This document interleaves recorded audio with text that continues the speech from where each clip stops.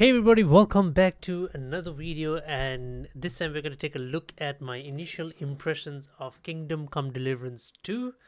That is right, I started playing Kingdom Come Deliverance a few days ago, and yeah, I played a little bit on stream, then I did a little bit of, side questing, a little bit of exploration off stream as well. And after spending a couple of hours, maybe or like almost like 10 hours of gameplay, I kind of like have a feel for the game and kind of like understand it a little bit more better. And yeah, so basically the game is off to a really good start, right? Um, from a continuity standpoint, it is doing its due diligence, right? People and myself, we were wondering as to how the game would carry on, with our decisions that we made in the first game, right? So no save files or anything required as such. Nothing was ever mentioned by the developer to begin with, but as soon as you start the game picks off literally from where the first game ends off, right? Which is Hans and Henry going to deliver the message to Von Bo, right?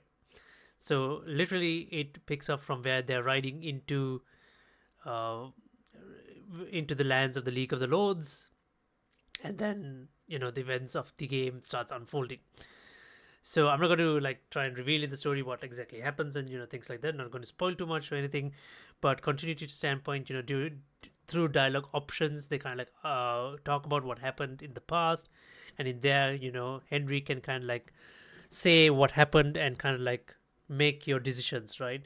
Such as whether you and Teresa continued a relationship or not, things like that, right? So those decisions kind of get carried forward that way through dialogue options, so that continuity coexists, and characters from Kingdom Come Deliverance 1 kind of like makes their presence being felt in Kingdom Come Deliverance 2.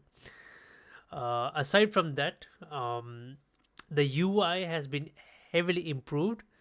It is a lot more fresh.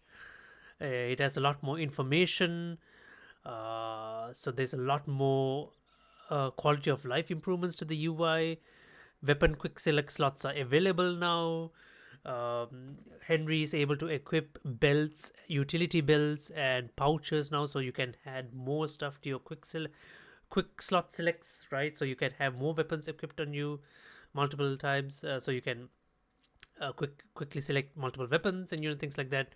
Crossbows are a godsend, right? I haven't used guns yet or anything like that, but I have used crossbows.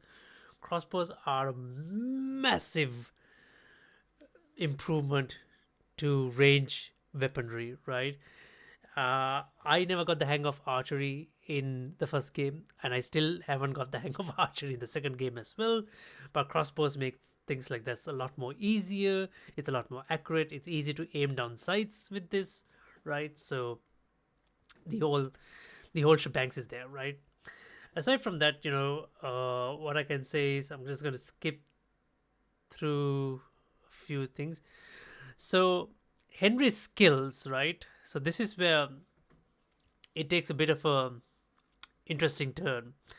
So when we left Kingdom Come Deliverance 1, depending on the type of Henry you played, regardless of the type of Henry you played, Henry is a skillful warrior, right? He has reading skills, he has he has thieving skills, he has near stealth skills, he has warrior skills, he has sword fighting skills, he has herbology skills, he has alchemy skills, he has all of that, right? He is somewhat skilled in most things, right?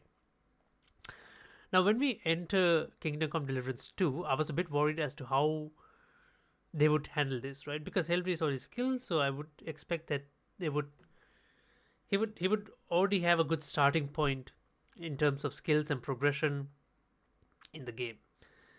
So yeah, at the very in the prologue, most of Henry's skills are already leveled up. So I so right here, I'm just gonna pause right here. So so at the beginning, you feel like, okay, some skills, like not everything is at level 20 or anything, like where we left it from Kingdom of Deliverance. Once it comes kind of like it's at like level 15 or whatever, so you're pretty much already high level, right? Your main level is also at 15. So at the start you pretty much have access to all your skills and stuff. and a lot of perks. So enter this game at the very beginning of the prologue. You're fine. You feel like the Henry you left off from Kingdom Come Deliverance 1, but the game decides to throw in a little bit of a twist. And so basically, the prologue, I'm not going to say what exactly happens, but Henry succumbs to a major injury, right? And this is the game's way of resetting your progression, and you're having to learn some of your skills from the beginning. I wouldn't say some, more like all, right? So you're somewhat back to peasant Henry for those of for fellow Henrys who remember what peasant Henry was like. At the beginning of the first game, you were utterly useless, so you're somewhat there, but you're not all the way there. You're not at level 0. You're capped at level 5 to 6 in all your talents and perks. So this is a little bit like, I could understand how they did this because they did it in a natural way. Show you had an injury. This will hinder your progression, a lot of your skills. Fine. But what that actually does is, so I would understand if it affects your combat skills, your defensive skills, your swordsmanship, and things like that. But for whatever reason, they did the exact same thing. So it hinders your skill progressions in alchemy, in lockpicking skills, in uh, in what else? In almost everything, right? It's like Henry's head. He hit his head and he had a reset. So it's difficult for you to lockpick now. It's difficult for you to brew potions now, right? You lose access to all your knowledgeable skills. Physical skills, I can understand. It should impact your agility. It should impact your combat. It should impact your strength. I can understand all that. But for whatever reason, this impacts your knowledgeable skills as well, like alchemy, lockpicking, uh, stuff like that, right? So um, you're not exactly at peasant Henry, but you kind of have to learn things on the get go. But you're still at a better state than what you would expect to be, right? So that's the only thing which I kind of like felt a bit uncomfortable with the way they handled it, because an injury like this should if impact Henry's physical skills, right? But his knowledgeable skills, like things like reading and all this, his speech skills, right? Your speak skills. Usually, I could get through most dialogue options, but I'm back to uh, level 6 again, as you can see here on speech, and I'm having to struggle through dialogue once again, right? So I'm not exactly sure like how those kind of things, like you know you know what I'm saying, right? Like Henry shouldn't be able to, he shouldn't lose stuff like that, like scholarship skills and things like that. Physical skills, yes, but once again, knowledgeable skills, I don't think so, right? Like it's not like he hit his head and he had amnesia or something, right? So yeah, that's the only kind of like problem I had with the game so far. But other than that, the game has been amazing to play. The combat is so much better, right? They made the combat a lot more better. It's a lot more it's a lot more fun now, I would say, right? It's a very interesting combat system. Uh, how they did the counter attacking and the master strike abilities, like it is just amazing. The UI is, once again, I said, it's very fresh, it's very well done, it's more intuitive, it's a lot more informative, things like that.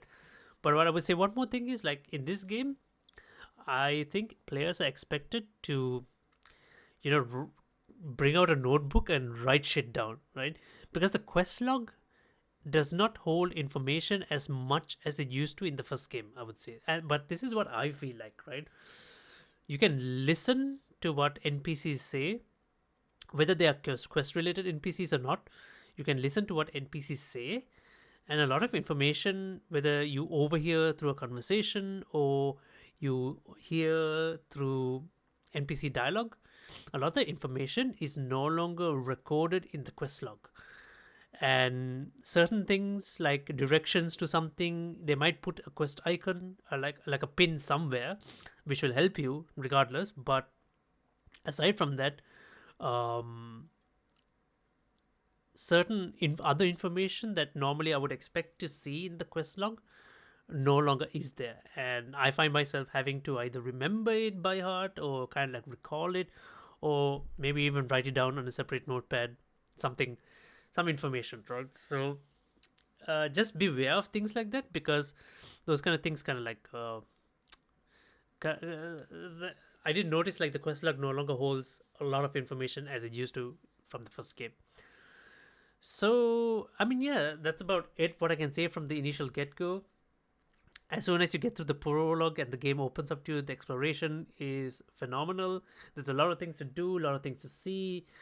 Having to kind of like start from scratch in this new world, so you're pretty much on your own afterwards. I'm just going to skip a little bit through. This is my playthrough, so having to earn money from the beginning once again, find steal, kind of like be a little bit, adaptive. You need to be a bit more adaptable once again at the very beginning, I would say.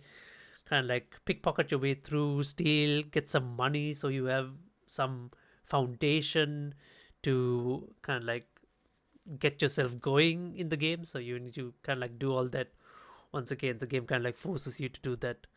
So yeah, um, that's pretty much what I can say from what it is that I've played so far. From the few couple of hours that I've played, it is definitely a must play. So far, from what I've seen, it is a true testament to the first game. It is a true sequel, right? And it seems like it is doing a lot better. Like it's doing a much better job of the role playing part as well. So depending on the Henry you're playing. So yeah, I would say definitely you need to play this game. People should take the time and properly invest themselves in it. And yeah, the game is amazing. It feels amazing so far. So that's what I feel at the very beginning. So I'm yet to kind of like get to the middle portion of the game or anything. Right? I'm yet to finish my first main quest. Right, I've been doing just a lot of side exploration and things like that. Just looking at. So yeah, hope you guys enjoy Kingdom Come Deliverance 2 as much as I have so far. Um, it's definitely a must play. If you have not played the first game, I would say it's all right. You can still play the second game and enjoy it, but it might be a little bit difficult to understand some of the events because due to the fact that you haven't played the first game, right? But I would say it's still like playing the first game. Some folks saying that the first game is quite old, right? It's not even that old. It's in 2018, right? It's still such a good game to play. I played it and I thought it was quite all right. It kind of like holds itself against a lot of modern games, against a lot of the modern games. So and I think I think you can get for it kind of like cheap right now on Steam and stuff like that. So yeah, definitely play the first game as well. Or else, yeah, it's completely fine if you want to jump right into the second game as well. So let me know what you guys think about Kingdom of Deliverance 2. If you guys have started playing it or if you guys have finished it already, let me know how is it going. And yeah, I'll see you guys in the next live stream or video. Till next time then, bye bye.